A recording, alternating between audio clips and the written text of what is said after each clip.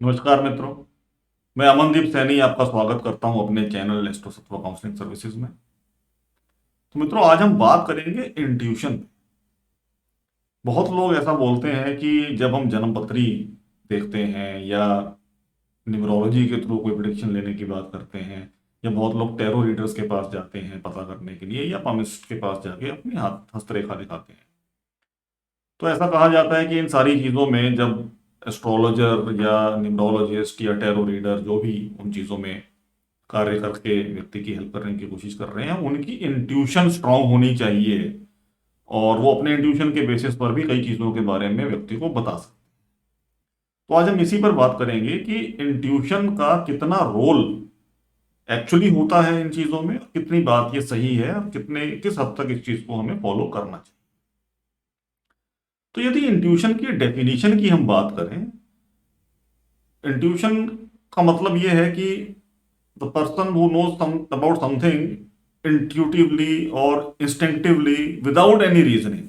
उसके पीछे कोई लॉजिकल रीजन उनका नहीं होगा, लेकिन हाँ, उनको ऐसा लगा किसी भी चीज के बारे में, तो वो इंट्यूशन का रोल हो गया वहां पे।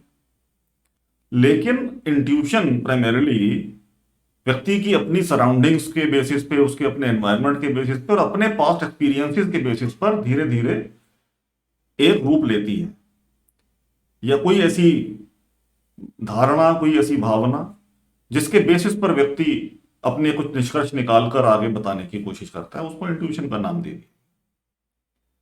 रीजनिंग तो उसके पीछे नहीं है, कोई कारण उसके पीछे नहीं है।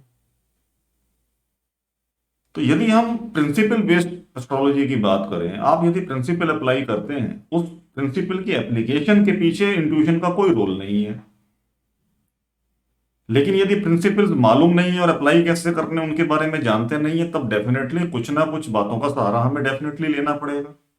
इंट्यूशन का यूज मिनिमम होना चाहिए।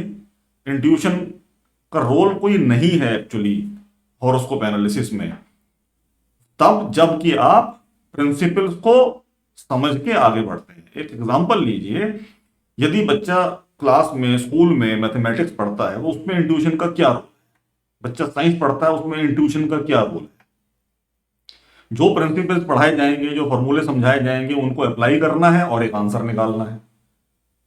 मैथमेटिकल कैलकुलेशंस यदि करनी है तो उसमें तो इंट्यूशन का कोई रोल नहीं है।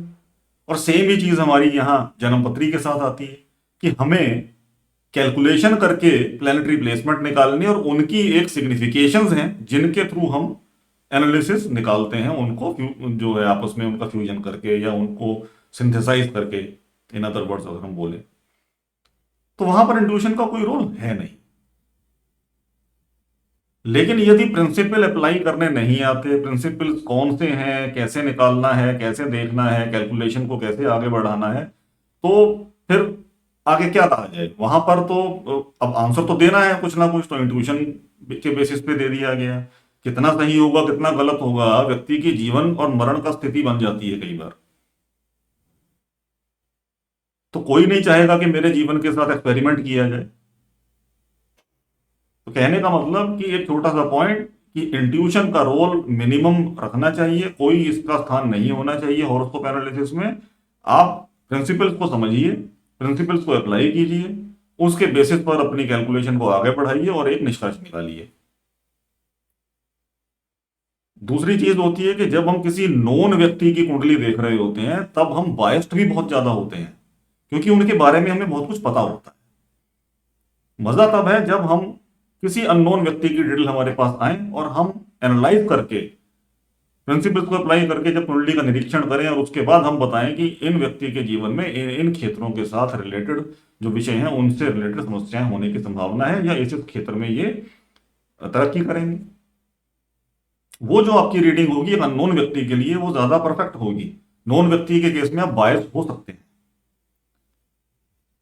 तो जब वहां पर आपका एक व्यक्ति को जानने के कारण एक बायसनेस आ गया, क्योंकि उनके बारे में आपके पास काफी इंफॉर्मेशन पहले से थी, यानी कि पास्ट एक्सपीरियंसेस, सराउंडिंग्स, एनवायरनमेंट उन व्यक्ति के बारे में आपको मालूम था, जिसके बेसिस पर आप यदि निष्कर्ष निकालते हैं तो बायसनेस डेफिनेटली आने के चांसेस हैं। वही चीज हमारी इंट्यूशन के साथ भी लागू हो गई। तो जितना आप व्यक्ति को नहीं जानते, यानी कि जितना उसके एनवायरनमेंट के बारे में, सराउंडिंग्स के बारे में आपको पता नहीं है। इन अदर वर्ड्स, किसी ऐसे व्यक्ति के बारे में जब आप प्रिडिक्शन दे रहे हैं और आप इंट्यूशन का कोई उपयोग ही नहीं कर रहे कि आपको क्या लगता है, उसकी बात नहीं हो रही है, आपको लगने की बात नहीं है, आपने प्रिंसिपल अप्लाई करने के बाद क्या समझा, वहां से आगे हमें जाना है।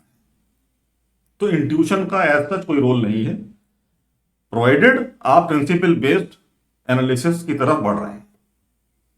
तो प्रिंसिपल्स को समझिए, सारे जितने सिद्धांत हैं उनको अप्लाई कीजिए और फिर आगे बढ़िए कुंडली निरीक्षण में, कुंडली एनालिसिस में आप कभी फेल नहीं हो। यही चीज हम अपने कोशिश के द्वारा सिखाने की कोशिश करते हैं कि प्रिंसिपल कैसे अप्लाई करना है। वो प्रिंसिपल आप एक कुंडली में अप्लाई कीजिए, 100 में कीजिए, 1000 में कीजिए, आपको सेम चीज समझ में आएगी। जनरलाइज कॉन्सेप्ट की तरफ नहीं जाना है, इंट्यूशन का रोल नहीं रखना है। तो इस वीडियो का मेरा छोटा सा जो आज ये था वो यही था, बात करने का आप लोगों से कि इंट्यूशन की यदि कोई बात करे कि इंट्यूशन के थ्रू हमें ऐसा लगता है, तो थोड़ा सचेत हो जाइए, प्रिंसिपल बेस्ड आगे बढ़िए, खुद सीखिए। धन्यवाद।